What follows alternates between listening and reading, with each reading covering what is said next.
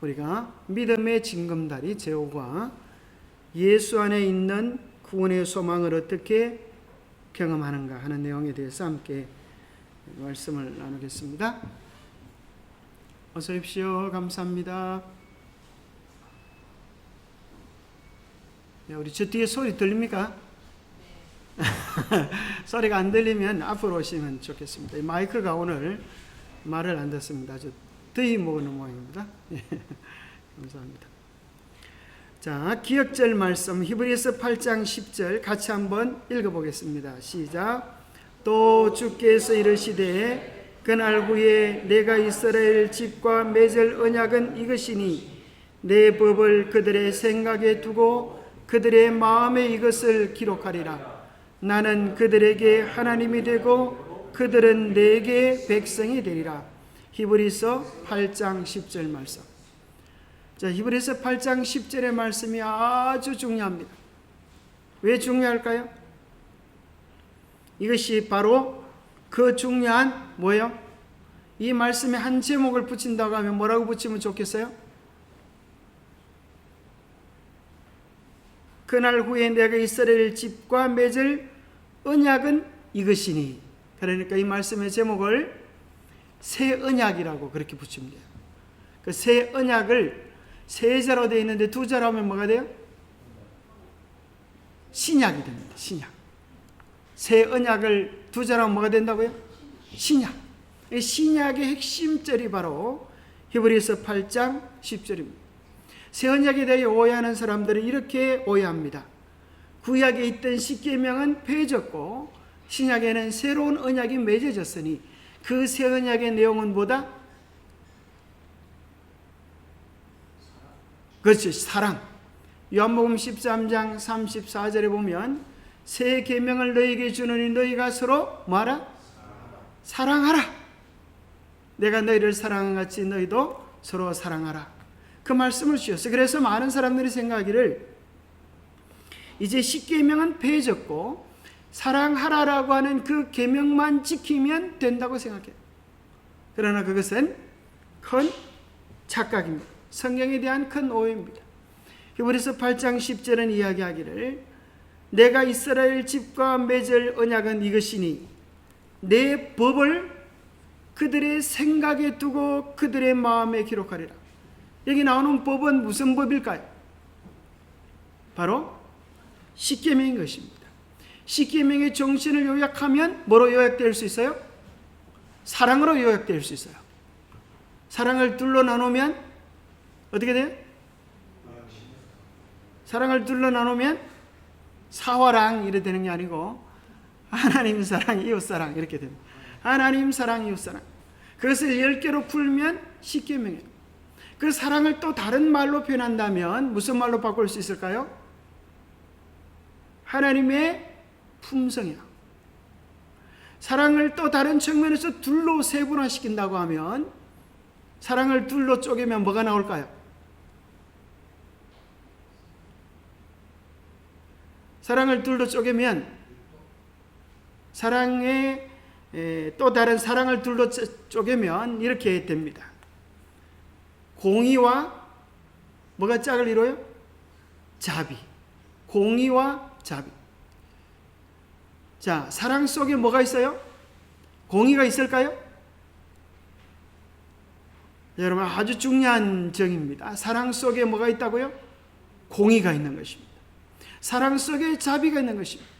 만약에 우리가 사랑한다고 하면서 공의가 없는 사랑을 한다면 어떤 사랑이 될까요? 무질서한 사랑이 돼요.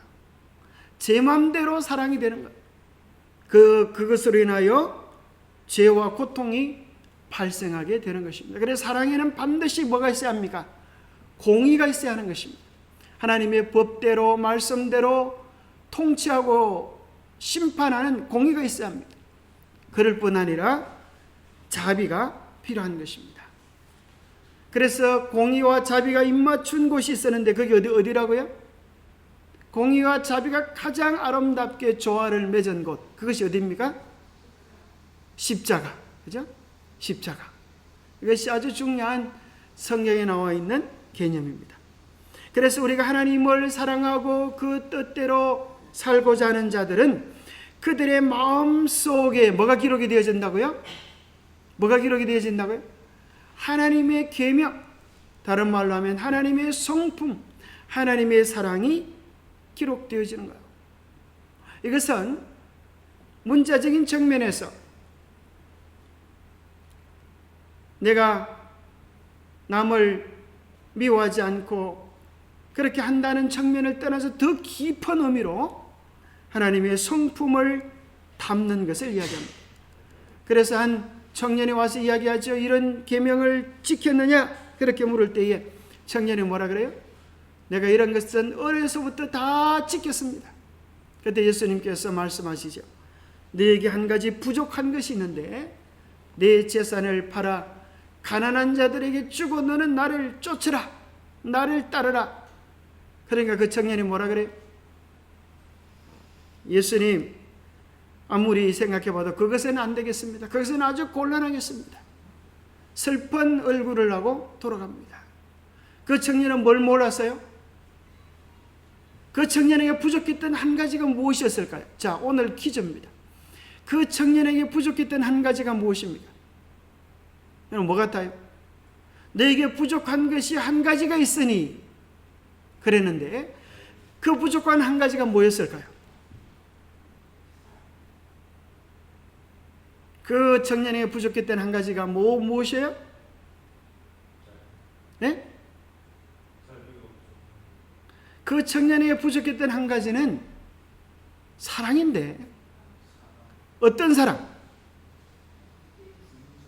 우리가 생각해보면, 쉽게 생각해보면 무슨 사랑이 부족한 것 같아요? 그저 내 재산을 팔아 가난한 자들에게 주라. 그것을 못한 것을 보면 이웃사랑이 부족한 것처럼 보이지만 실제로는 그 청년에게 결핍된 것은 하나님의 사랑을 깨달아 알고 경험하는 그 경험이 부족해서요. 그래서 그 청년에게 정말 부족했던 것은 하나님의 십계명을 지키지 않는 것이 아니라 하나님의 깊은 사랑을 가슴으로 체험하는 경험이 없었던 거예요. 그 경험이 없기 때문에 그는 사실 어디에 매여 있는 종이 되어 있었는가 하면 재물의 물질에 매인 종이 되어 있었어요. 그래서 예수님은 그 물질에 매인 종의 입장에서 그의 영혼을 자유롭게 해주기 위하여 그에게 그 문제를 내신 것입니다.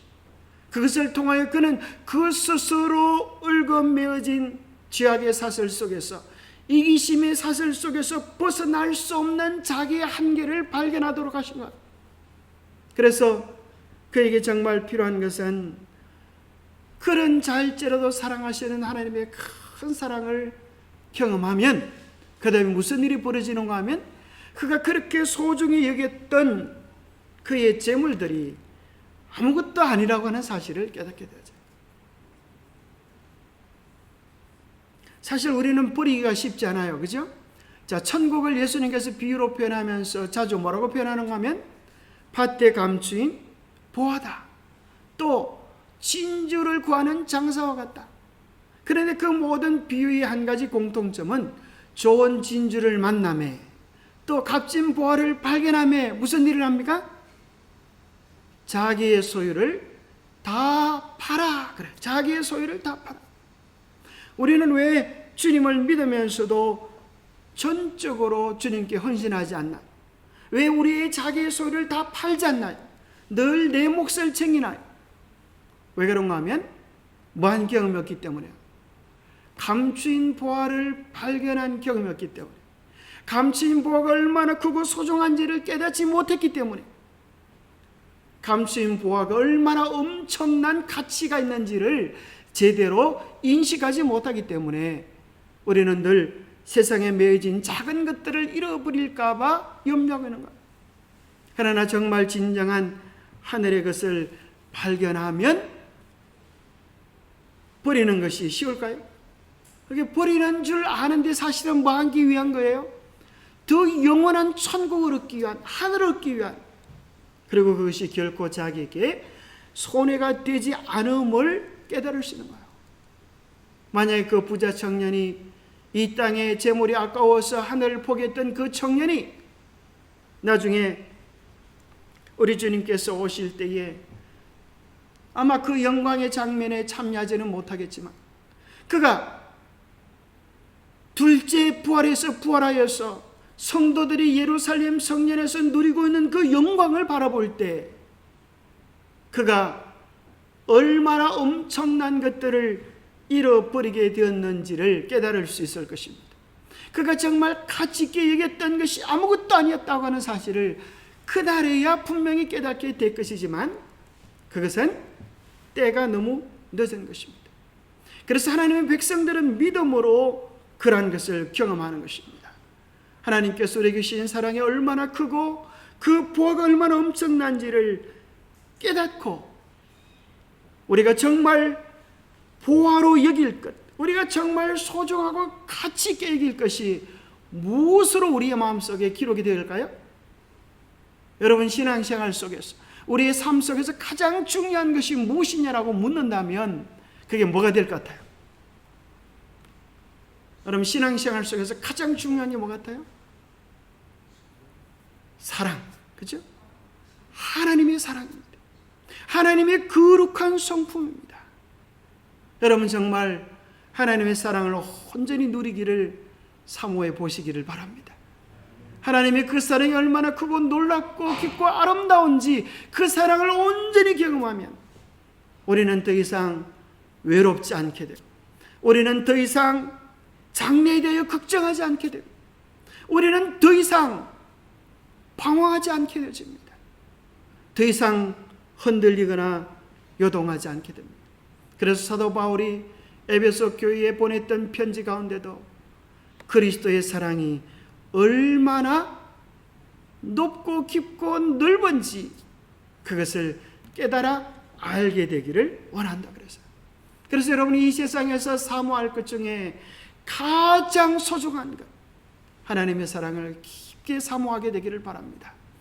그 사랑을 경험하는 것만큼 우리는 뭐 할 수 있어요? 이웃을 사랑할 수 있어요.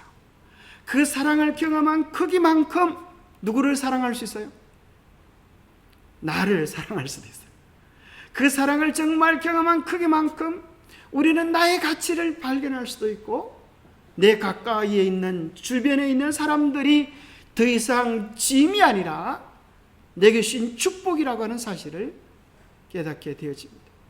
그 사랑을 발견하느냐 발견하지 못하느냐에 따라서 여러분의 인생은 무거운 고행이 될 수도 있고 아니면 행복의 축제가 될 수도 있습니다. 그 사랑을 발견하면 기뻐지고 즐거워지고 행복해지고 그 감격 속에서 이제 뭐 하게 되는가 하면 주님의 그 사랑의 성품을 담게 되어져서 하나님의 성품이 우리의 마음에 기록되어지는 것입니다. 그것을 보고 하나님께서 뭐라고 이야기하시는가 하면 너는 진짜 내 백성이다. 내가 너를 사랑한 그 사랑이 너의 가슴 속에 있구나. 그래서 하나님께서 우리를 당신의 자녀라고 알아보시는 것은 우리 속에 하나님의 DNA가 있기 때문에 그래요. 그 하나님의 DNA란 뭘까요? 사랑의 DNA입니다. 무화적인 사랑의 DNA입니다.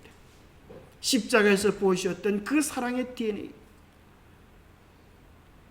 자, 희생적인 사랑의 DNA를 우리 속에서 발견하실 때 하나님은 너는 내 백성이다, 그렇게 이야기하실 것입니다. 자, 이 세상에서 가장 중요한 만남이 있는데 그것은 이렇게 나눌 수가 있습니다. 세 가지. 첫 번째는 부모와의 만남, 중요합니까? 두 번째는 배우자와의 만남. 그래서 이 부모와의 만남을 우리 인생의 3분의 1을 결정한다라고 얘기할 수 있어요. 왜 그런가 하면 시간상으로 그렇죠? 또 배우자의 만남이 나머지 3분의 2.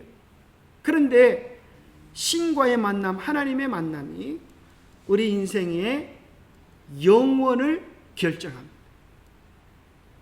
그런데 참 희한한 것은 부모와의 만남은 만약에 여러분이 부모를 만나지 못했다고 하면 여기 계실 수가 있어요, 없어요?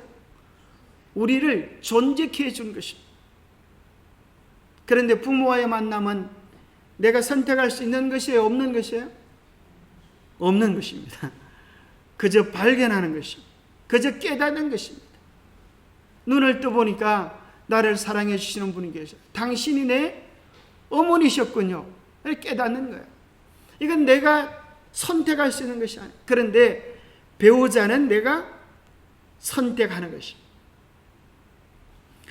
그런데 참 재미난 것은, 자, 다음 편에 이제 넘어가 보면, 자, 어떤 부모를 만나느냐에 따라서 우리의 뭐가 결정이 될까요? 여러분 한번 생각해 보세요. 어떤 부모를 만나느냐에 따라서 뭐가 결정이 될까요? 미래, 성격, 또요. 참 희한한 것은 우리 부모를 만나지 않으면 우리의 생명이 존재할 수가 없어요. 그렇죠? 우리가 얼마나 가치 있는 존재인가. 나의 이름, 성격, 성품이 희한하게도 누구를 닮았어요? 부모님을 닮을 수밖에 없어요. 우리가 때로 부모님 모습 속에서 꼴 보기 싫은 모습이 있을지 모르겠어요. 그런데 그 모습이 내 속에도 존재하는 것입니다.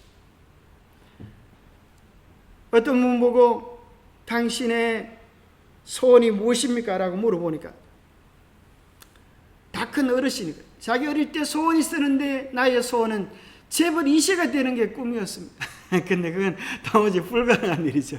이미 재벌 2세가 될 수가 없어요. 이미 태어났어요. 과거형이에요. 그래서 사실 여러분들이 만약에 대통령이 요즘 인기가 별로 없지만은 왕궁의 왕의 아들로 태어나면 여러분 뭐가 되는 거예요? 왕자가 되는 거예요. 그 희한하지 않아요? 거지 집안에 태어나면 뭐가 되는 거예요? 거지꼴 되는 거예요. 방법이 없어요. 그런데 그걸 태어나기 위해서 여러분이 수고한 게 하나도 있어요, 없어요? 하나도 없어요. 아마 여러분의 성씨를 여러분이 선택할 수 있어요, 없어요? 없어요. 아마 성씨를 제가 선택할 수 있다고 하면 저는 물컹한 변씨가 되지 않았을 것 같아요. 그게 내가 마음대로 선택할 수 있는 게 아니에요. 그런데 사실 어떤 부모를 만나냐는 것은 참으로 굉장히 중요한 의미를 가지고 있어요. 그러나 원망해도 소용이 없어요. 왜 날 낳았습니까? 그렇게 원망해도 소용이 없어요. 왜 날 이렇게 낳았습니까? 원망해도 소용이 없어요. 두 번째는 우리가 어떤 배우자를 만나느냐 참 중요한 것입니다.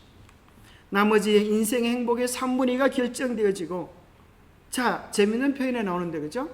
어떤 배우자를 만나냐에 따라서 뭐가 결정이 되어져요? 천국행이냐 지옥행이냐 결정될까요? 죄송하지만은 이게 결정이 될 수 있어요. 천국이 뭔가? 눈을 떴는데 사랑하는 사람이 곁에 있으면 천국이에요. 그렇죠? 눈을 떴는데 왼수 같은 사람이 곁에 있으면 지옥이에요. 그래서 어떤 사람이 이렇게 말해요. 여러분 그런 소리 하면 안 되는데 안 믿는 사람들이 이런 소리를 많이 해요. 부부란 전생의 왼수가 만나는 것이다. 그런 소리 들어봤어요. 그 소리가 무슨 소리인가 하면 왼수처럼 사는 사람들이 참 많다는 거죠. 그죠? 결혼하기 전에는 어쩌든지 잘해주려고 애를 쓰다 결혼 딱 하고 나면 그때부터 안색이 달라져. 그 당신이 왜 이렇게 변했어요? 그렇게 물어보면 잡은 고기에 미끼 주는 거 봤나? 이런 소리를 해요. 그 정신 바짝 차려야 돼요. 그 사람의 성품이 어떤지 아닌지를 정말 잘 살펴야 뭐가 되는가 하면 천국이 되는 거야. 결혼해서 도망갈 수도 없어요. 그죠? 이미 묶여진 한 운명, 결혼은 정말 결합이 되는 거예요. 혼이 결합이 되고 인생 일생이 결합이 되는 거예요. 어떤 사람을 만나냐 거기에 따라서 천국과 지옥이 결론이 나고 안식처인가 집구석인가 그게 결론이 돼요. 안식처라고 하는 것은 뭡니까? 심과 평안과 즐거움 있는 것. 집구석은 뭐예요? 아이고 이놈의 집구석 내가 붙어있나 봐. 이렇게 스트레스와 짜증과 피곤과 염려를 주는, 어떻게 하면 서로 못 잡아먹어서 안달이 난 그런 형편 속에 살면 집구석이 되는, 자기들 행복뿐 아니라 사실은 어떤 배우자를 만나에 따라서 후세의 행복, 불행도 결정이 되어지는 아주 중요한 만남이에요. 세 번째 더 중요한 만남은 어떤 신을 만나는가 참 중요한 것인데, 신기한 것은 이 두 가지 만남과 비슷합니다. 첫 번째는 이것은 우리 행복의 영혼을 결정하는데, 이것은 천국이냐 지옥이냐가 아니라 결혼은 끝날 천국이고 끝날 지옥이에요. 그러나 이것은 영원한 천국과 영원한 지옥을 결정해요. 뭐 영원히 지옥불에 불탄다는 것이 아니고 회복될 수 없는 멸망으로 갈 수도 있다는 거예요. 우리가 어떤 하나님을 믿고 선택하냐에 따라서 영원한 행복을 이 땅에서 누릴 수도 있고 그렇지도 못할 수도 있다는 거예요. 사실은 그 사람이 가지고 있는 하나님에 대한 어떤 개념을 가지고 있느냐에 따라서 이 세상에서 누리는 행복들이 많이 결정이 되어져요. 흔히 어떤 교인들은 교회 다니면서 이런 소리 하는 걸 여러분 들어보시니 모르겠어요? 어떤 교인이 아파서 병원에 입원해 있으면 방문해가지고 이렇게 말하는 분이 계셔요. 집사님 회개하세요. 죄를 지으셨으니까 이런 병이 걸리셨죠. 회개해야 용서를 받고 치유가 돼요. 무슨 죄를 지었는지는 몰라도 하나님이 매를 세게 때리셨군요. 그렇게 표현하는 분이 계세요. 그래서 어떤 사람들은 늘 우리를 심판하고 마치 어떤 하나님을 믿고 있는가 하면 교통순경 같은 하나님을 믿고 있어요. 교통순경이 잘할 때는 나타나지 않다가 요즘은 좀 덜한데 옛날 그저 커브길, 저도 몇 번 아주 그런 경험을 당했는데 커브길이 아주 사람도 잘 안 보여요. 그렇게 잽싸게 싹 가는데 아주 경찰이 딱 나타나고 아주 불러요. 난 잘 모르는 사람인데 그렇게 아는 척하고 부르고 또 가면 아주 경례를 아주 쌈박하게 합니다. 그러면서 면허증 좀 보자 그래. 여러분 그런 사람 만나면 기분 좋아요? 속으로 하면 가슴이 철렁 내려앉으면서 아이고 내가 또 끌렸구만.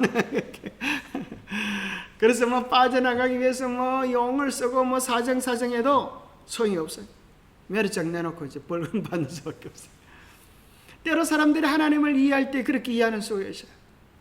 하나님은 우리가 착한 일 잘한 것에 대해서는 무관심하시다가 우리가 지은 죄들은 하늘 금강석 철필로 기록하셔서 마지막 때 다 심판받게 하신다. 그래서 어쩌든지 죄를 제대로 처벌하려고 하신다. 그래서 잘못하면 꺼지지 않는 영원한 지옥불에 들어가서 켄터키 치킨을 만드신다. 켄터키 치킨은 한번 죽고 나면 끝이지만 죽으면 또 깨우고 갖고 영원히 불태운다. 여러분 그런 생각하는 사람이 있을까 없을까? 그런 신앙을 가진 사람이 참 많이 있어. 안타깝게도 어떤 신을 만나에 따라서 우리의 마음의 평안과 또 불안이 결정되어져. 그런데 참 하나님을 만나는 것은 어렵지 않습니다. 어떻게 만나는가 하면 부모를 만나는 것과 똑같아요. 부모는 내가 선택하는 것이 아니다. 선택하는 게 아니에요. 발견하는 것이에요. 어떻게 발견해요? 나를 존재케 하신 분, 그분이 부모예요. 이 세상에 수많은 신들이 있지만 참신을 찾는 데는 어렵지 않아요. 부모님과 똑같아요. 그러니까 나를 존재케 하신 분, 나를 이 땅에 있게 하신 분, 나의 삶의 기반이 되시는 분, 나를 위하여 하늘과 땅을 창조하신 그분 외에는 다른 어떤 이도 우리의 영혼의 부모님, 나의 경배의 대상이 될 수가 없어요. 예레미야서는 이야기하기를 천지를 짓지 아니한 신은 망하리라 그랬어요. 여러분, 자, 나를 낳아주지도 않고 나를 키워주지도 않은 분이 와가지고, 얼마 전에 그런 일이 있었죠. 유명한 가수가 이제 막 히트치고 이제 대박이 나니까 버렸던 엄마가 나타나가지고, 내가 네 애입니다, 돈 좀 내놔라. 말이 돼야 안 돼? 참 기가 차죠. 그래서 자기 오빠가 막, 당신 같은 어머니는 차라리 없는 것만 못하다. 애가 힘들고 어릴 때는 어디 갔었다가 이제 애가 성공하니까 돈 뜯어먹으려고 나오냐, 막 그런 얘기를 여러분 들어보신 분이 있을지 모르겠어요. 참 하나님을 발견하는 것은 부모님처럼 나를 존재케 하고 나의 삶을 지키시고 보호하시는 분. 그런데 참 신을 선택하는 것은 배우자를 선택하는 것과 비슷합니다. 배우자를 선택할 때 그저 짜장면 한 그릇 사준다고 덜컹 결혼하면 될까요, 안 될까요? 그렇다면 큰일 납니다. 짜장면 집에 팔려가서 매 계속 배달할 수도 있어요. 그러니까 이제 중요한 것은 정말 나를 사랑해주고 내 인생을 책임져 줄 수 있는 사람입니다. 사랑의 또 다른 말은 무슨 말? 책임이에요. 당신 날 책임질 수 있어? 이거 그죠? 내 행복을 책임질 수 있어? 내 인생을 책임질 수 있어? 그게 이제 사랑이죠. 정말 우리의 신이 되실 수 있는 분은 나의 모든 것을 사랑해 주시고, 그죠? 참 감사하죠. 나의 모든 것을 사랑해 주시고 우리의 영혼을 책임져 주실 수 있는 그런 분이셔야 하는데, 우리 하나님은 그런 분이십니까? 참 감사합니다. 하나님께 나올 때 하나님께서, 야, 너는 못생겨서 안 되겠다. 너는 아무리 봐도 너무 못생겼어. 그래서 안 되겠다. 그런 분이 있을까요, 없을까요? 없습니다. 너는 가진 게 없어서 안 되겠다. 너는 가정이 불우해서 안 되겠다. 그런 게 없어요. 왜냐하면 우리를 만드신 분이 누구시기 때문에요. 하나님이시기 때문에. 하나님은 우리의 있는 모습 그대로를 좋아하세요. 하나님께 거부되는 사람은 딱 한 사람밖에 없는데 누구밖에 없어요? 하나님은 죄인도 좋아하세요. 그런데 하나님이 거부하는 사람이 딱 한 사람이 있어요. 누굴까요? 누구예요? 네? 교만한 사람. 그렇죠. 교만한 사람. 다른 말로 하면 하나님은 모든 사람을 받아들이는데 끝까지 하나님을 거부하는 사람. 그 사람은 하나님께서 거부하시는 것이 아니라 그가 하나님을 거부하시기 때문에 하나님께서 받아들일 수 없는 사람이 되어집니다. 그래서 하나님 우리에게 자유를 주세요. 우리는 죽고 싶어 하는데 영혼을 주시진 않아요. 정말 우리가 끝까지 멸망을 하기로 선택하면 하나님은 우리에게 멸망할 자유까지 주시는 거예요. 그분의 사랑을 끝까지 외면하려고 하면 외면할 자유도 주시는 거예요. 그분의 가슴은 더 아프고 힘들지만 그것까지 허용해 주시는 거예요. 자, 인간에게 왜 죽음이 이르러 왔는가? 한마디로 말하면 여러분 책이 이제 나오는 겁니다. 인간에게 왜 죽음이 이르러 왔습니까? 로마서 6장 23절을 보니까 죄의 싹은 사망이요. 우리 인간이 죄를 지어서 하나님의 사랑을 떠나왔습니다. 자, 죄를 우리가 알기 쉬운 소리로 바꾼다면 어떤 게 죄가 될까요? 자, 죄에 대한 정의를 여러분 나름대로 한번 해보세요. 죄란 뭘까요?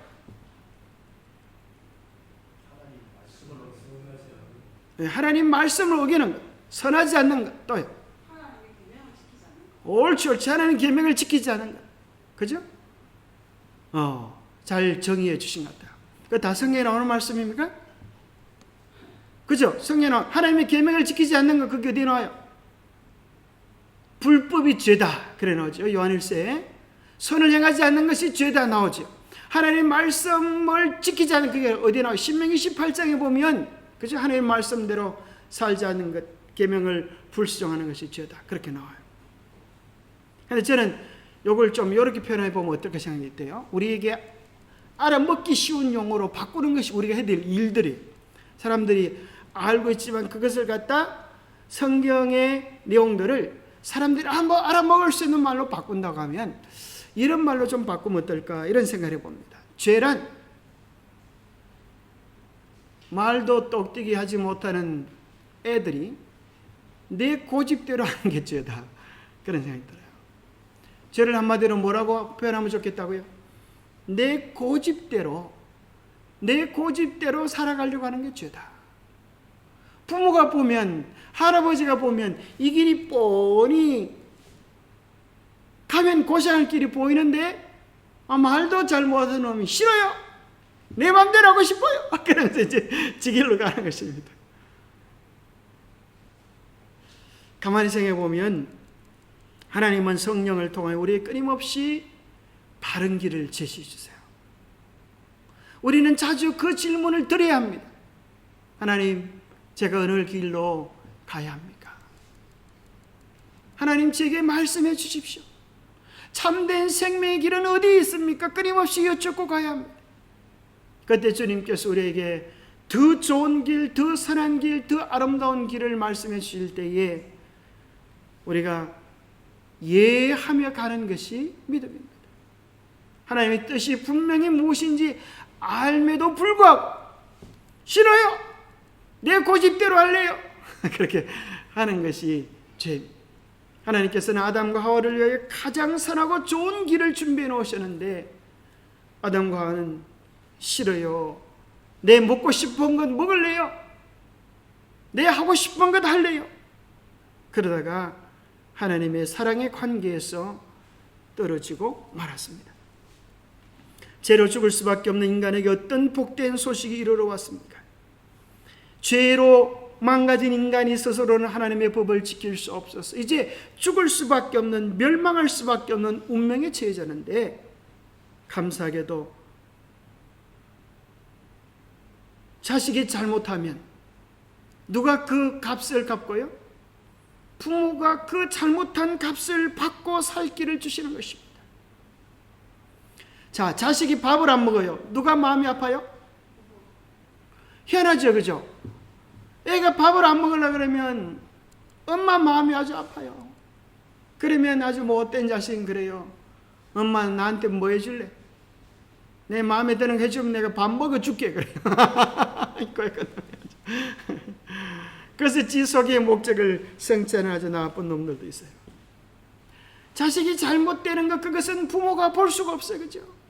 자식이 유리창을 깨면 그 유리창 깬 값으로 남의 집에 가서 며칠 수고를 해야 되는데, 그 자식이 남의 집에 가서 며칠 수고하도록 부모님이 내버려 두잖아요. 부모가 그 값을 물고 대신 사과를 하는 것처럼 우리 인간이 죄로 말미암아 죽게 되어졌을 때에 우리의 부모님 되시는 예수님께서 당신의 피값을 갚으시고 우리 모두에게 차별이 없는 구원의 은혜를 베풀어 주신 것입니다. 그것을 우리가 믿고 받아들이기만 하면 우리 모두가 다 어디에 이르를 수가 있어요? 구원의 하나님의 자녀된 신분에 이르를 수가 있어요. 그것을 에베소서 2장 8절에 보면 뭐라 그래요? 받을 수 없는 자에게 베푸시는 한없는 사랑, 그걸 뭐라 그래요? 그것을 에베소서 2장 8절 뭐라고 나와요? 은혜라 그래요. 은혜. 에베소서 2장 8절 9절 너무나 중요합니다. 같이 한번 읽어보겠습니다. 시작. 너희는 그 은혜에 의하여 믿음으로 말미암아 구원을 받았으니 이것은 너희에게서 난 것이 아니요 하나님의 선물이라. 행위에서 난 것이 아니니 이는 누구든지 자랑하지 못하게 함이라. 아주 중요한 말씀입니다. 우리가 구원을 받는 것은 뭐로 받는 것이에요? 믿음으로. 자, 믿음만 있다고 받는 게 아니에요. 뭐가 있어야 돼요? 은혜가 있어야 돼요. 은혜를 먼저 베풀지 않으면 우리가 받을 수가 없어요. 이 은혜를 다른 말로 뭐라고 표현하는가 하면 하나님의 선물이에요. 여러분, 선물을 주면 뭘로 받아요? 손으로 받아요. 그죠? 그러면 은혜라고 하는 선물, 구원이라고 하는 선물을 우리가 주실 때 무슨 손으로 받아요? 믿음의 손으로. 믿음이라고 하는 손을 내밀면 우리의 구원이 이루어지는데 여기 주의사항이 있어요. 구원은 뭘로 받는 게 아니다? 행위에서 난 것이 아니다. 다른 말로 하면 잘나서 구원받을 사람이 있다 없다? 아무도 없다. 아무도 없다. 이것을 수학 공식으로 만들어 보면 이렇게 할 수 있어요. 구원을 이루는 공식. 뭐 더하기 뭐는 구원이다? 뭐 더하기 뭐는 구원이다? 조금 전에 읽어본 말씀이에요. 뭐 더하기 뭐는 구원이다? 은혜 더하기 뭐예요? 옳지. 은혜 더하기 믿음은 구원이다. 구원을 이루기 위하여 우리의 행위가 필요 있다 없다? 필요가 없다 말이에요. 여러분 이거 잊지 마세요. 여러분이 2000년 전에 예수님께서 십자가에 달려 돌아가는 그 일을 위하여 공헌을 좀 하셨습니까? 한 거 아무것도 없어요. 아담이 지구 창조하는 일에 뭐 보탠 거 있어요 없어요? 아무것도 없어요. 그런데 희한하게도 아담이 눈을 뜨고 보니까 지구 가득 하나님께서 아름다운 것들로 채워놓으시고 뭐라고 말씀하세요? 이거 다 네 거다. 너를 위하여 내가 만들었다. 아담이 뭐라고 하기만 하면 돼요? 하나님 감사합니다 이렇게 하면 그만하면 이걸 다 누릴 수가 있어요. 예수님께서 우리의 온전하고 아름다운 구원을 십자가에서 이루어 놓으셨어요. 우리는 뭐만 하면 돼요? 하나님 감사합니다. 그러면 우리의 것이 되어져요. 그런데 우리가 기억해야 될 사실이 이거예요. 마이너스. 자, 여기 보면 여러분 오른쪽에는 마이너스가 왼쪽으로 넘어가면 뭐가 되는지 아세요? 수학 공식이에요. 플러스가 돼요. 그래서 구원받은 자의 삶은 은혜를 인하여 믿음으로 말미암아 구원받았다고 하면 뭐가 이루어지는가 하면 구원받은 자들의 삶에 반드시 새로운 생명의 역사가 일어나는데 그것을 뭐라고 이야기하는가 하면 행위라고 이야기해요. 그래서 구원받기 위하여 우리의 행위는 필요 없지만 구원받은 자에게는 반드시 나타날 수밖에 없는 게 뭐예요? 새로운 삶입니다. 새로운 생애. 이전에 좋아했던 것들을 싫어하고 이전에 싫어했던 것들을 좋아해요. 이전에는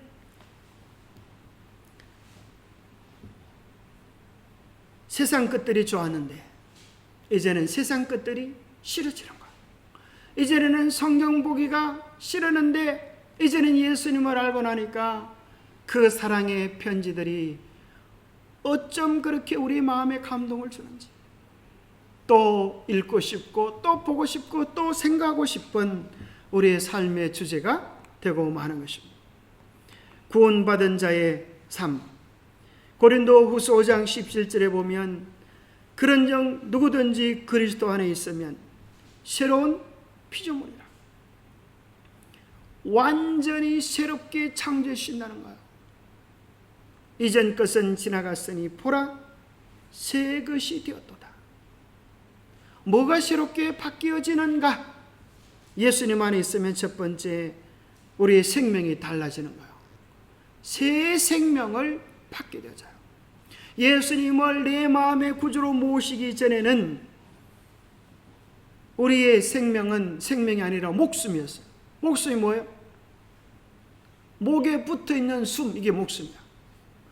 그래서 바깥에 있는 공기를 들이키지 않으면 죽고 속에 있는 더러운 공기를 내뱉지 않으면 죽는, 숨 끊어지면 죽는, 숨에 코에 붙어있는 숨, 그게 목숨. 목에 붙어있는 숨, 그 숨 끊어지면 죽는 그런 존재였는데 이제 우리에게 있어서 예수 그리스도를 개인의 구주로 받아들이면서 영원한 새 생명을 누리게 된 거예요. 그래서 요한복음 11장 25절에 보니까 나는 부활이요 생명이니 나를 믿는 자는 죽어도 살겠고 무릇 나를 믿는 자는 영원히 죽지 아니하리니 이것을 내가 믿느냐.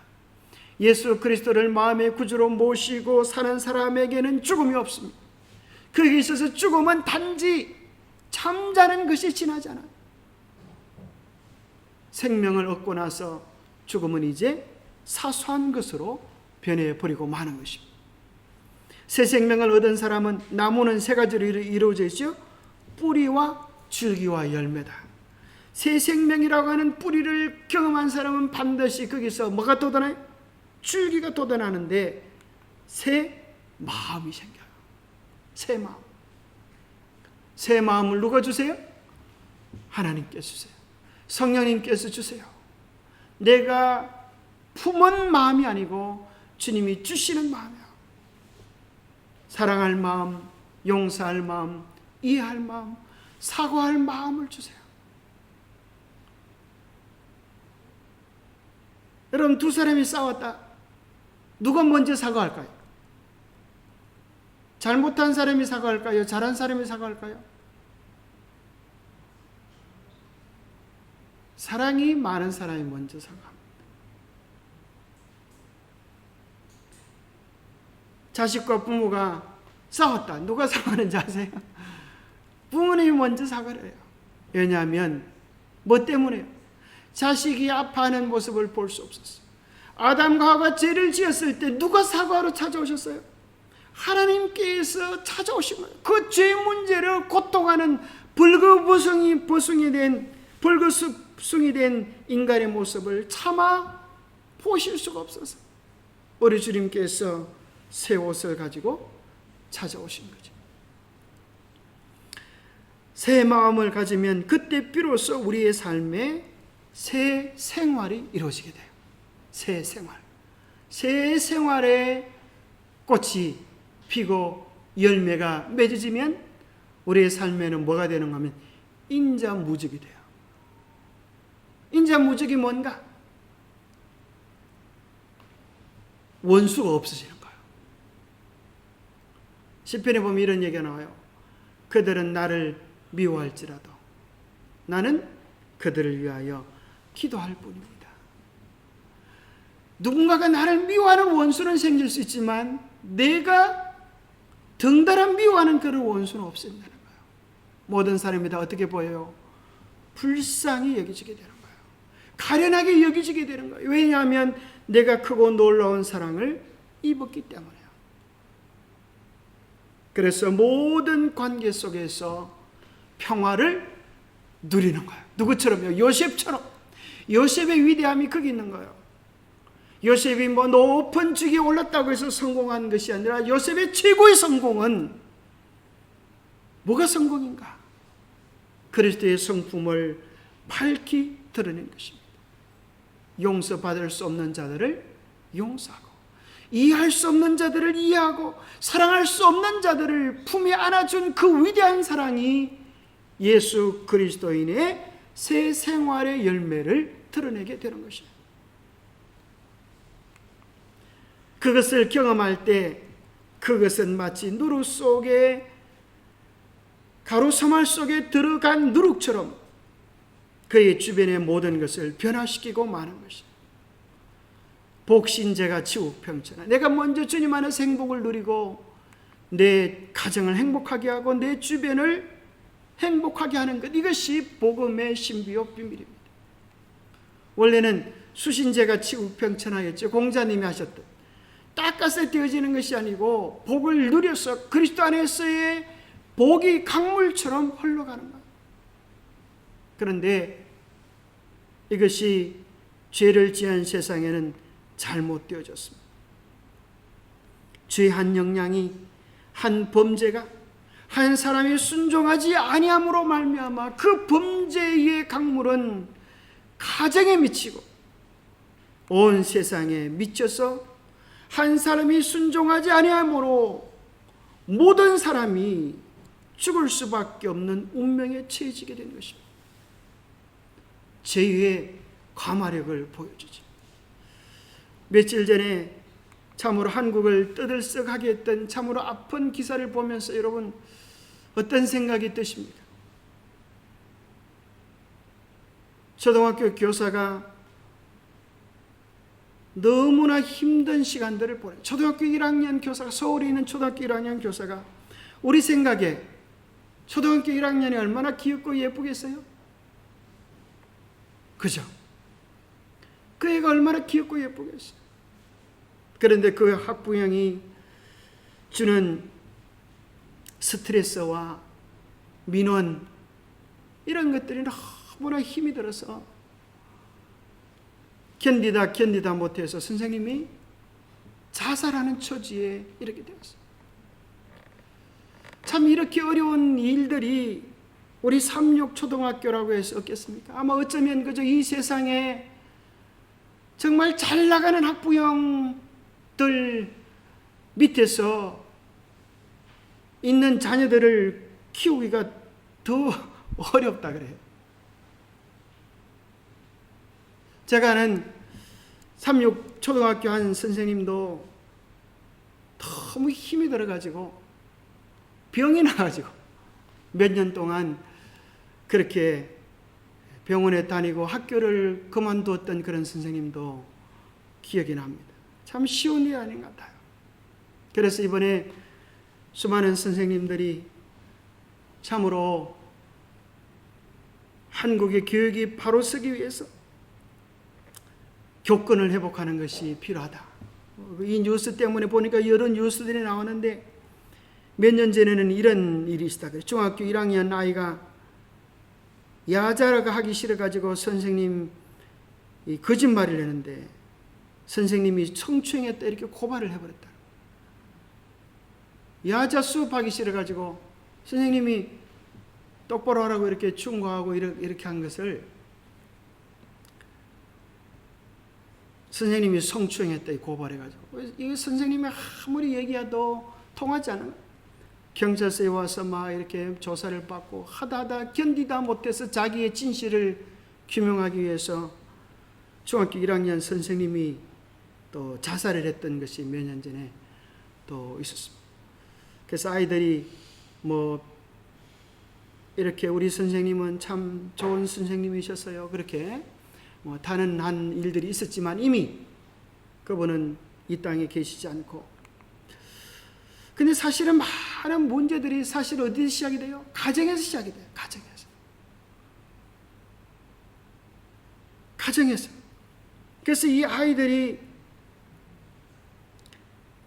엄마도 고치지 못하는 애를 학교에서 고쳐주기를, 이 아이가 잘 되기를, 이 아이가 채식할 수 있도록 도와주세요. 우리 집에서는 채식을 안 하거든요.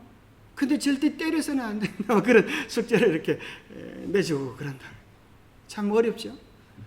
그래서 이 아이들이 보니까 엄마를 때리고 막 엄마한테 고함지르고 엄마 머리 끄디를 꺾고 막 이런 애가 있더라.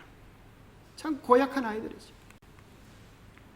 근데 사실은 또 알고 보면 그 아이의 문제는 사실은 알고 보면 또 누구의 문제예요? 어머니가 문제예요. 어머니가. 사실은 어머니는 그 아이에게 잘해준다고 사랑해준다고 애가 원한 대로 오냐오냐 키워주니까 이 아이가 뭘 몰라요? 법을 모르고 질서를 모르고 공의를 모르고 지 마음대로 하죠. 안하무인이 되어버렸어요. 근데 사실 어머님은 자기가 잘해준다고 생각했는데 아이를 뭘로 키워놓으면 호래기 새끼로 키워버렸어요. 중국도 그런 걸 봤어요. 중국도 요즘 애를 하나밖에 안 놓으니까 황제로 키운다는 거야. 황제로. 근데 이 아이가 나중에는 뭐도 몰라요. 부모도 모르고 아주 고약하게 변합니다. 궁극적으로는 뭔가 하면 진정한 사랑이 결핍되어져 있어서 그런 문제들이 유발됐다. 공의와 자비가 바르게 실천되지 않기 때문에 충만한 사랑, 공의와 자비가 있는 사랑이 없으면 어떤 문제가 생기는가 하면 어릴 때 충만한 사랑, 이것을 받지 못하면 이런 병들을 초래한다는 우울증, 무의미의 감, 나는 왜 삶에 의미가 없을까? 자살 중독, 나쁘다는 느낌과 지어식 중독, 왜곡된 생각, 편집적 정세, 공허함, 타인과의 연결의 결핍, 슬픔, 친밀함에 대한 두려움, 비현실감, 공포, 과잉보호, 격분, 환상, 뭐 이러한 내용들이 있다고 한 심리학자가 이렇게 조사한 내용. 그래서 흔히 자기 분노 조절 장애 뭐 이런 것들도 대부분 알고 보면 원인이 뭐예요? 충분한 사랑들을 받지 못해서 이런 일들이 일어난다. 유년기에 받은 마음의 상처들이 얼마나 많은 아이들에게 영향을 미치는가. 아이들이 수치심, 이 아이들에게 비난하고 비평하고 놀림을 주면 아이들이 수치심을 배운다. 버려지는 것에 대한 두려움. 아이가 울 때 엄마가 여러분 언제까지 오나 보라 하면 숨어가지고 가만히 있으면 안 돼. 애가 잽싸게 요청을 할 때 도와주고 돌보는 걸 통하여 그런 문제들이 해결되는 거예요. 자존감의 문제, 불공평함, 분리불안. 부모님이 약속을 지키지 않을 때 아이가 이 배신감들을 어릴 때부터 키운다는 거예요. 그래서 유명한 그런 어린이 교사는 이렇게 글을 썼습니다. 만일 어린이가 비평과 함께 살면 그는 정죄를 배운다. 어릴 때 비평, 아직 어린아이는 이렇게 비평의 대상이 있는 것을 다 수용하지만 바른 원칙들을 부모가 바르게 얘기해야 합니다. 만일 어린이가 정오와 함께 살면 그는 싸우는 것을 배운다. 어린이가 조롱 가운데 살면 자학을 배운다. 어린이가 수치 가운데 살면 죄책을 배운다. 어린이가 관용과 함께 살면 그는 참는 것을 배운다. 만일 어린이가 격려와 함께 살면 그는 자신을 갖는 것을 배운다. 만일 어린이가 칭찬과 함께 살면 그는 감사를 배우게 된다. 만일 어린이가 공평한 가운데 살면 그는 정의를 배운다. 만일 어린이가 안전한 가운데 살면 그는 믿는 것을 배운다. 만일 어린이가 인정을 받으며 살면 그는 스스로를 사랑함을 배운다. 만일 어린이가 용납되는 환경 속에서 우애와 함께 살면 그는 세상에서 사랑을 발견하는 것을 배운다. 그래서 사실은 이 세상에 많은 문제들이 알고 보면 가정의 문제였고, 그 가정의 문제를 알고 보면 부모님의 문제였고, 부모님의 문제는 궁극적으로 하나님과 그가 어떤 관계를 가지고 있느냐 하는 것이 문제로 종결되어질 수 있습니다. 우리가 잘못된 관계 속에서 살아왔다 할지라도 오늘이라도 우리가 하나님을 우리의 마음의 주인으로 모시고 그 온전한 사랑을 배워가면 우리의 가정들이, 우리의 성격들이, 우리의 삶들이, 아픈 상처들이 회복되어지는 역사들이 일어나게 되어집니다. 그래서 사실은 그리스도 안에서 누리는 이 구원의 복음은 이론이 아니라 실제 우리의 삶에서 실제적으로 매일매일 경험해야 되는 것입니다.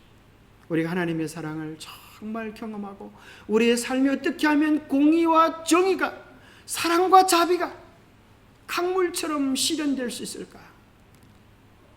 깊이 고민하면서 우리 주위에 그리스도의 향기로 살아가는 아름다운 일들이 일어나게 되기를 바랍니다. 계속해야 되는데 보니까 마칠 시간이 다 돼가지고 다음 이 시간에 계속되겠습니다. 죄송합니다. 기도하겠습니다. 하나님 아버지, 참으로 이 세상에 너무나 많은 아픔과 재난과 학대와 멸시와 불공평이 가득합니다. 우리로 하여금 참된 사랑을 경험하게 도와주시옵소서. 주님께서 부족하고 못난 우리를 있는 처지 그대로 받으시고 안으시고 사랑이신 그 사랑을 우리가 경험하여서 우리가 그 사랑으로 나를 용납하고 이웃을 사랑하고 받아들이는 진정한 사랑을 우리의 삶에서 경험할 수 있도록 도와주시옵소서.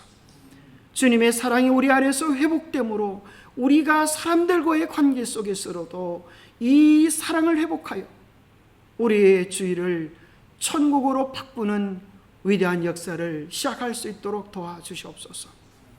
온전한 사랑의 주인이신, 온전한 생명의 주인이신, 온전한 평안의 주인이신 주님께서 우리의 마음을 온전히 다스려 주셔서 우리가 매일 경험하는 그 기쁨이 우리의 삶에서 아름다운 삶의 향기로 나타날 수 있도록 축복하여 주시옵소서. 여러 가지로 아이들을 통하여 어려움 속에 있는 부모들과 또 선생님들과 이 땅에 있는 많은 지도자들을 축복하여 주시고 우리의 자녀들을, 우리의 학생들을 바르게 양육할 수 있도록 하늘의 지혜와 모자라지 않는 사랑들을 더해 주시옵기를 우리 주 예수 그리스도 이름 의지하여 간절히 간구하옵나이다. 묵상 기도로 예배 마치겠습니다.